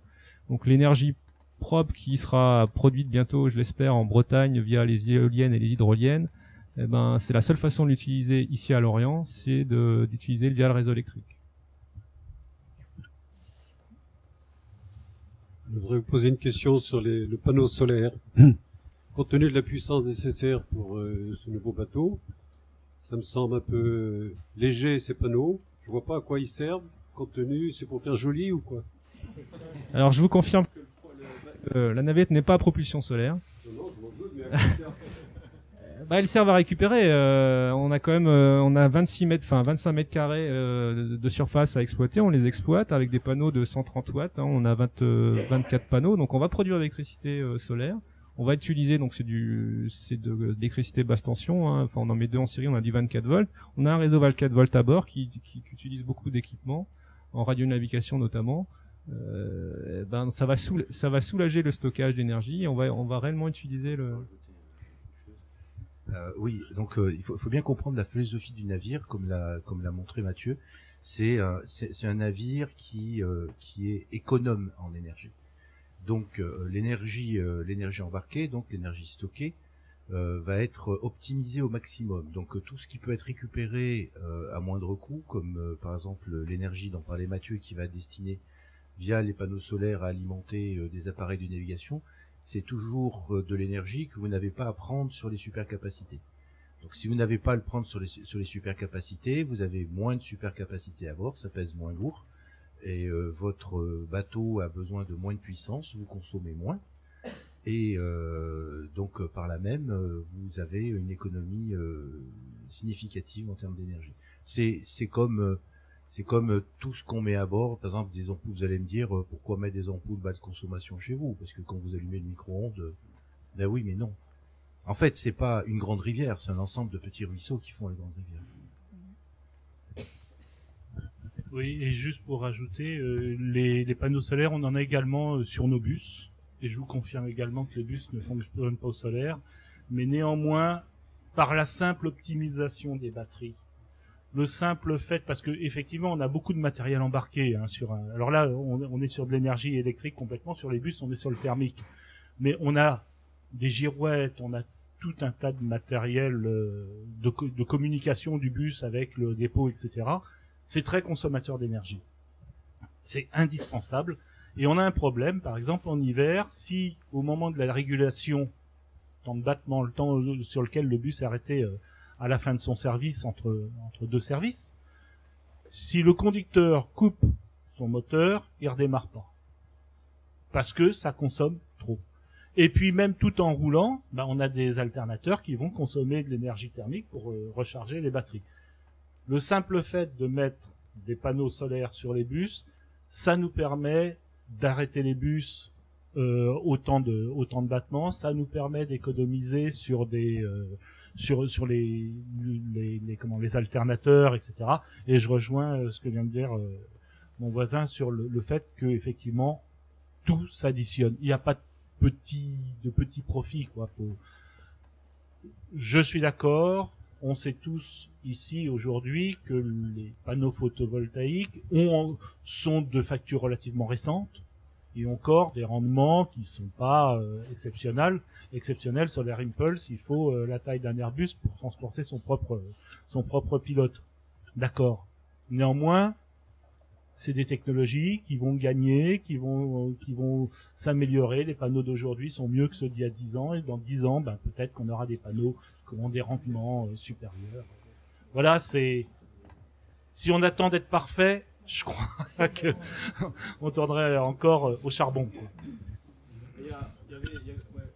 Pour conclure, en parlant des énergies naturelles, il y a 3 énergies naturelles disponibles en mer. C'est le soleil, donc on cherche à l'utiliser. La mer, l'énergie thermique de la mer, on l'utilise parce qu'on a une pompe à chaleur qui utilise les calories de la mer pour chauffer le navire et éventuellement le climatiser. Et la 3e énergie naturelle, c'est le vent. Bon, alors, soit on mettait un mât à des voiles, mais c'était un peu compliqué. À contrario, on a cherché à limiter du coup le fardage du navire pour limiter la contrainte due au vent. Donc on limite les pertes d'énergie dues au vent. À défaut de l'utiliser, au moins on les limite. C'est pour ça qu'il n'y a pas de pont supérieur. C'est vraiment pour limiter le fardage du navire. Donc on a vraiment pris en compte toutes les énergies renouvelables et naturelles disponibles en mer.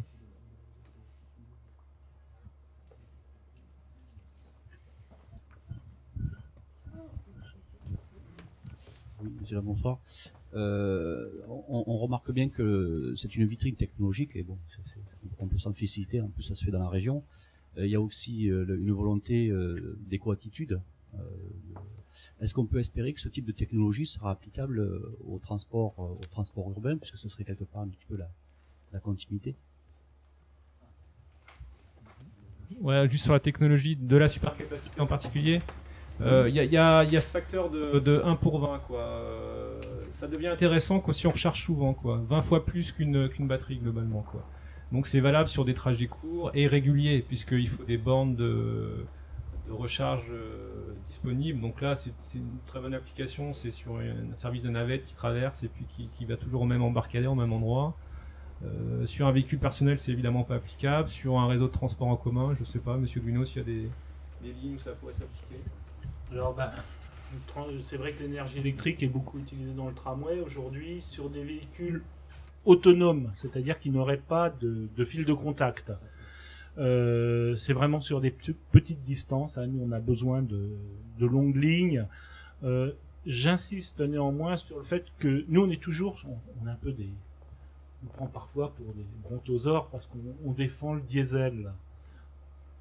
La technologie de la motorisation diesel aujourd'hui est très très performante parce qu'elle est ancienne, à contrario de ce que je venais de dire sur les panneaux photovoltaïques. Technologie ancienne, très bonne performance.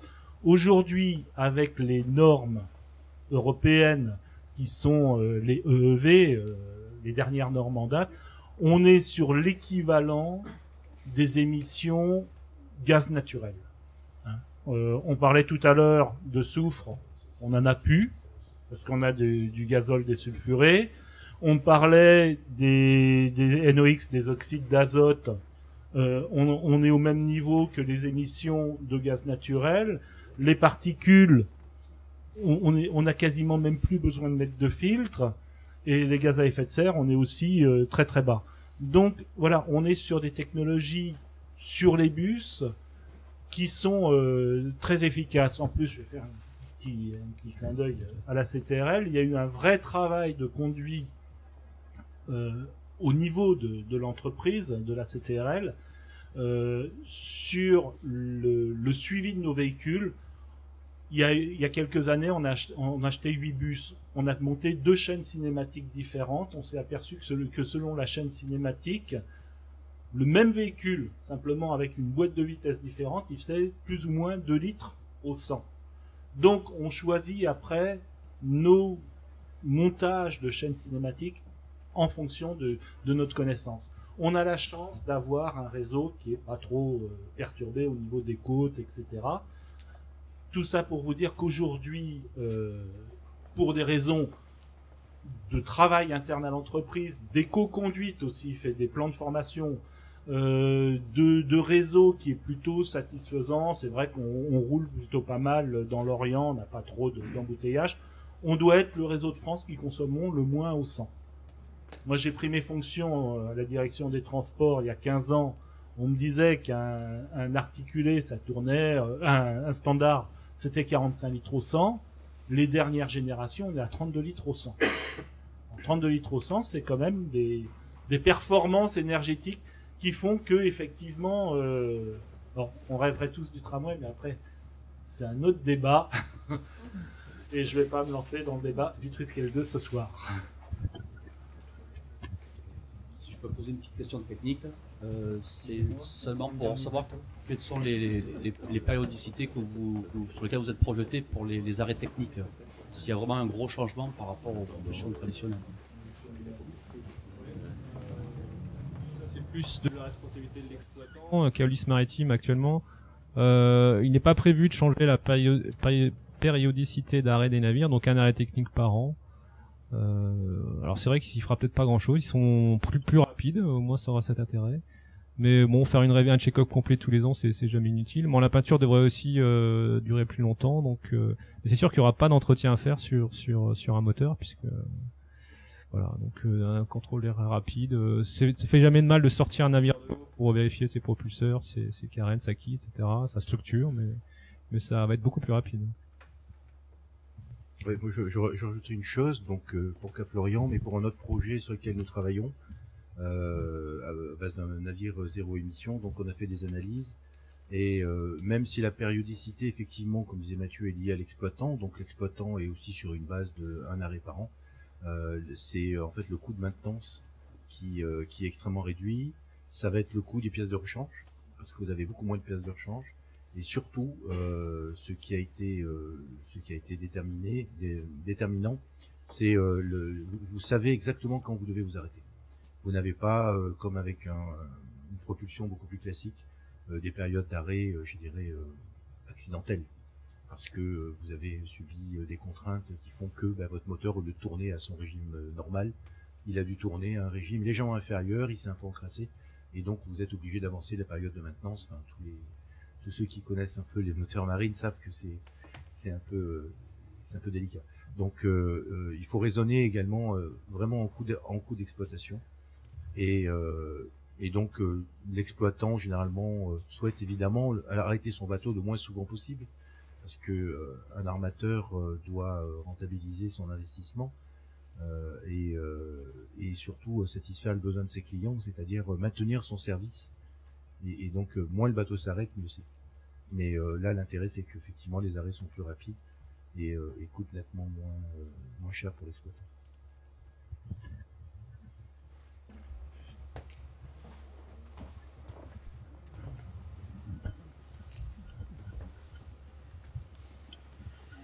Quelle est la durée de vie des condensateurs? C'est une excellente question sur laquelle je vais faire un joker pour l'instant.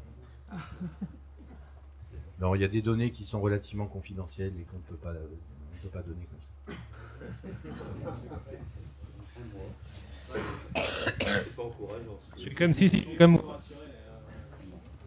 C'est au moins supérieur à la comment dire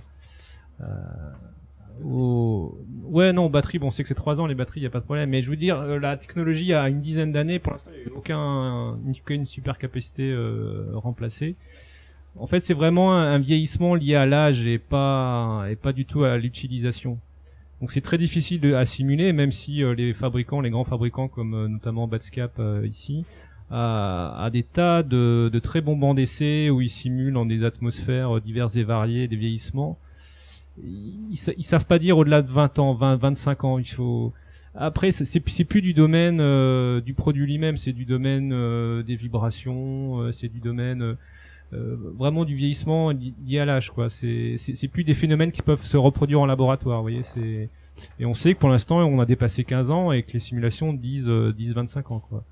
Donc c'est long, quoi. Mais 25 ans, c'est aussi très long et c'est très difficile à simuler. Donc pour l'instant, ils n'ont pas encore le retour d'expérience suffisant puisque le produit a moins de 30 ans. Donc, mais pour l'instant, tout se déroule de façon nominale, c'est-à-dire suivant leur simulation et leurs calculs, quoi.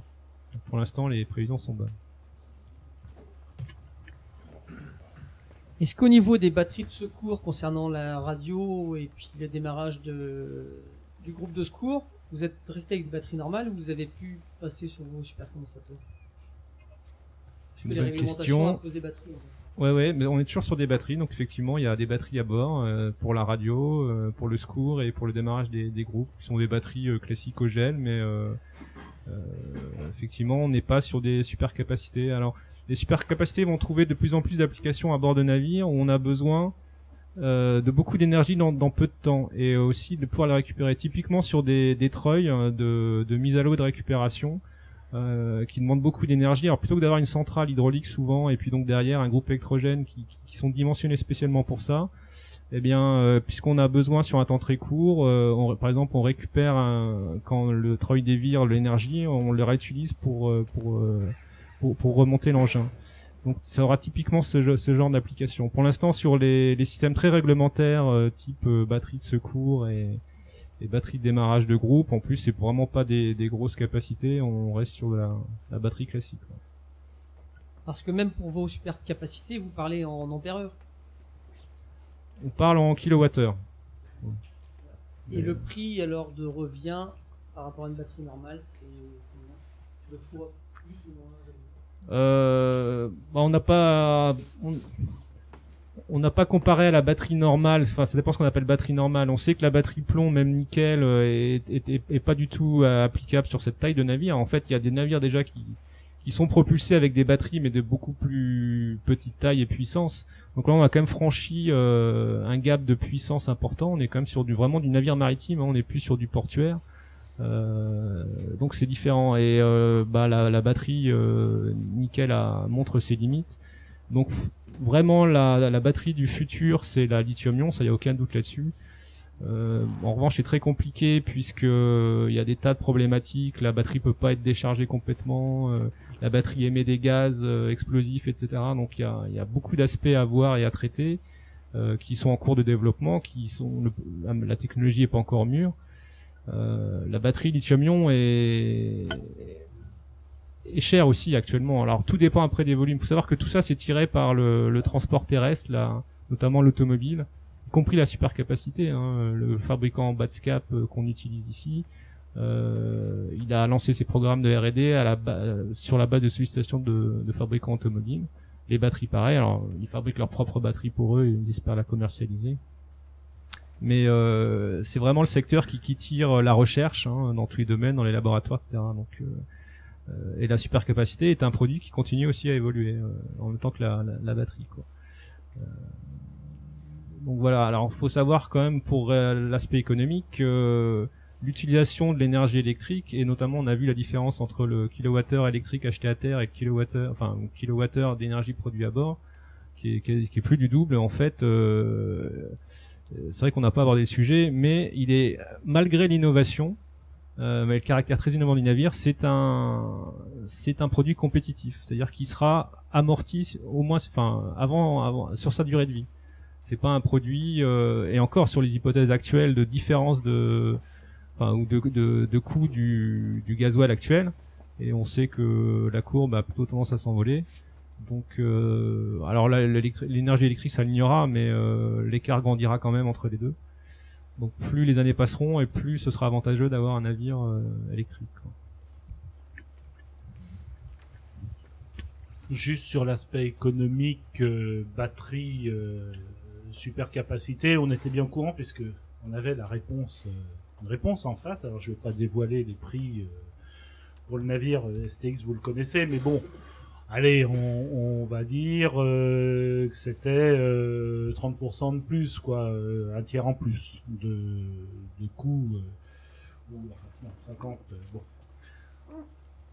Néanmoins, quand on a fait l'analyse des coûts, je dis bien, c'était l'analyse du navire. Donc en investissement, les supercapas étaient sensiblement plus chers, mais avec les batteries, il fallait envisager tout le changement des batteries. Donc déjà, ça c'était qui alourdissait sensiblement le coût du navire à batterie. Deuxième point, les navires à batterie, on nous proposait soit de tourner en diesel électrique au moment où elles étaient déchargées dans la journée, comme elles n'avaient pas les 14 heures, soit on nous disait, c'est bien simple, vous arrêtez la batterie, vous faites l'heure de pointe du matin, vous arrêtez le bateau, vous le mettez à recharger, puis vous faites l'heure de pointe du soir. C'était bien, il me fallait simplement un deuxième bateau pour faire l'heure creuse entre les deux. Donc économiquement, c'était un peu compliqué à accepter. Et puis le troisième point de la batterie, je reviens là-dessus, qu'est-ce qu'on en fait? qu'est-ce qu'on en fait aujourd'hui d'une batterie avec toutes les solutions tantôt acides, tantôt basiques, enfin toutes les solutions ioniques quoi, qui sont le propre du fonctionnement d'une batterie. Donc, voilà. Par rapport à l'hydrogène, le prix. Pardon ? L'hydrogène, le prix par rapport à l'hydrogène. L'hydrogène, sur le coût estimé en gros, hein, tous les navires là, sur les mêmes bases, on était sur des navires qui tournaient entre 5-6 millions, prix considéré sur 30 ans. C'est-à-dire le prix d'investissement et le prix de consommation énergétique et de remplacement de pièces moteurs liées à la technologie retenue. On enlevait de ça les prix de peinture parce que après que ce soit quel que soit le bateau, tous les prix communs on les prenait pas en compte. Pendant qu'on était entre 5 et 6 sur à peu près toutes les solutions, de la moins chère à la plus chère, l'hydrogène on était à 15. Donc voilà, ça a résolu assez vite la question du recours à l'hydrogène. Je voudrais compléter la question sur le coût.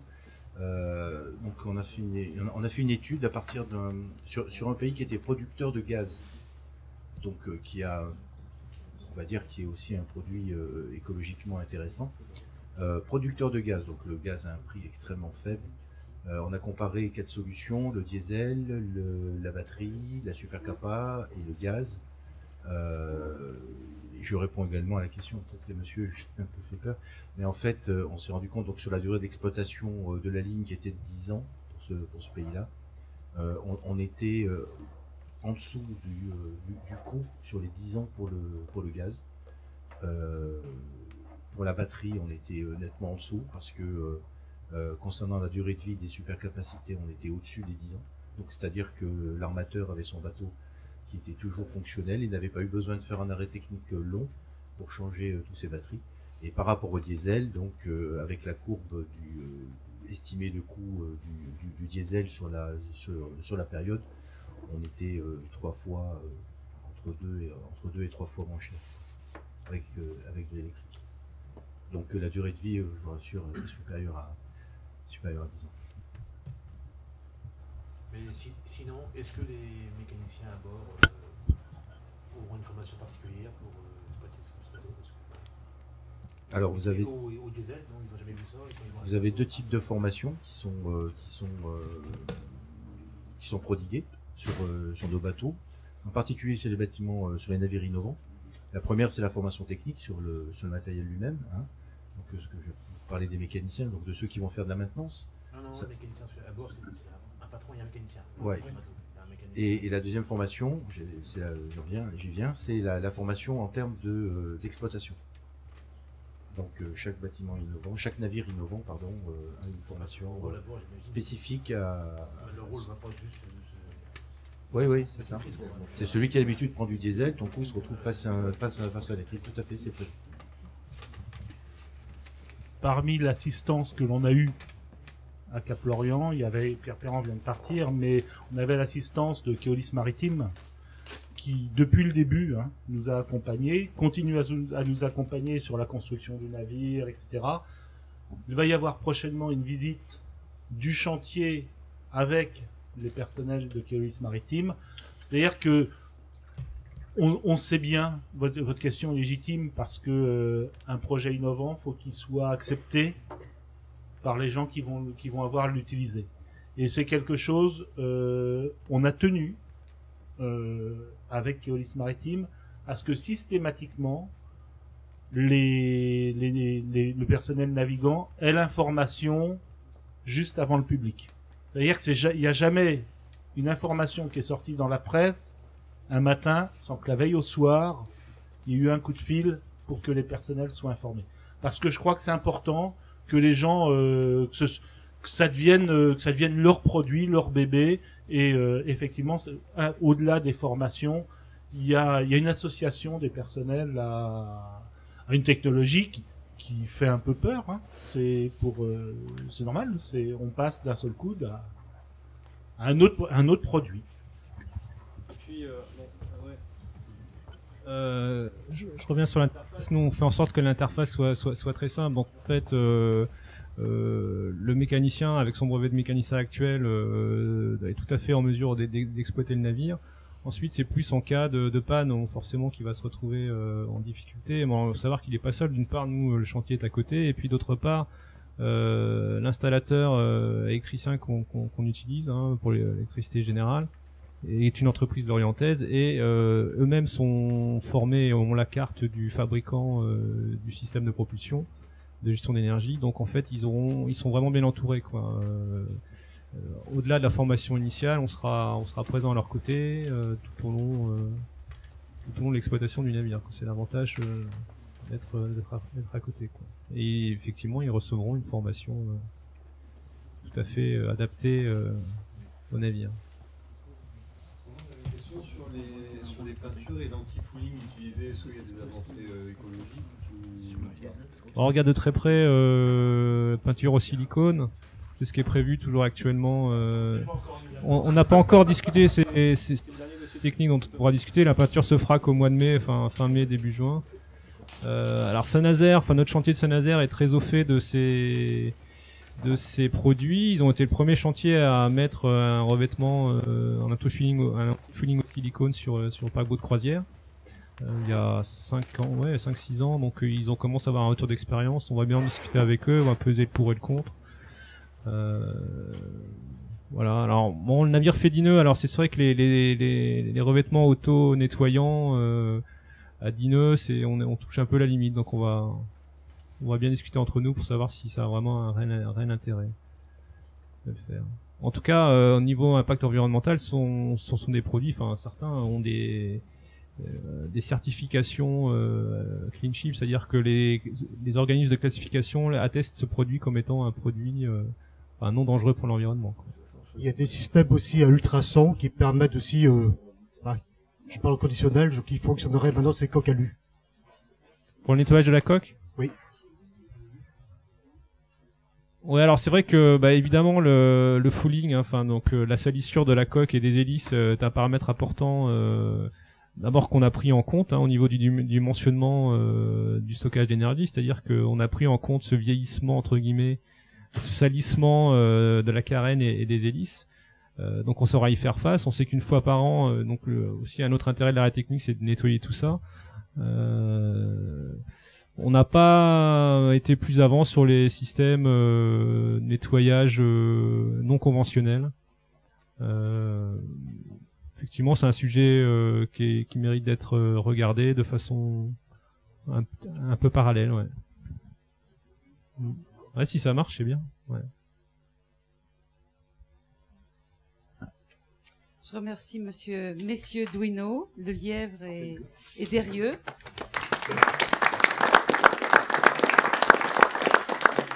Merci aussi à tous les participants à qui je donne rendez-vous pour ceux qui sont intéressés par la pêche cette fois-ci au 23 mars.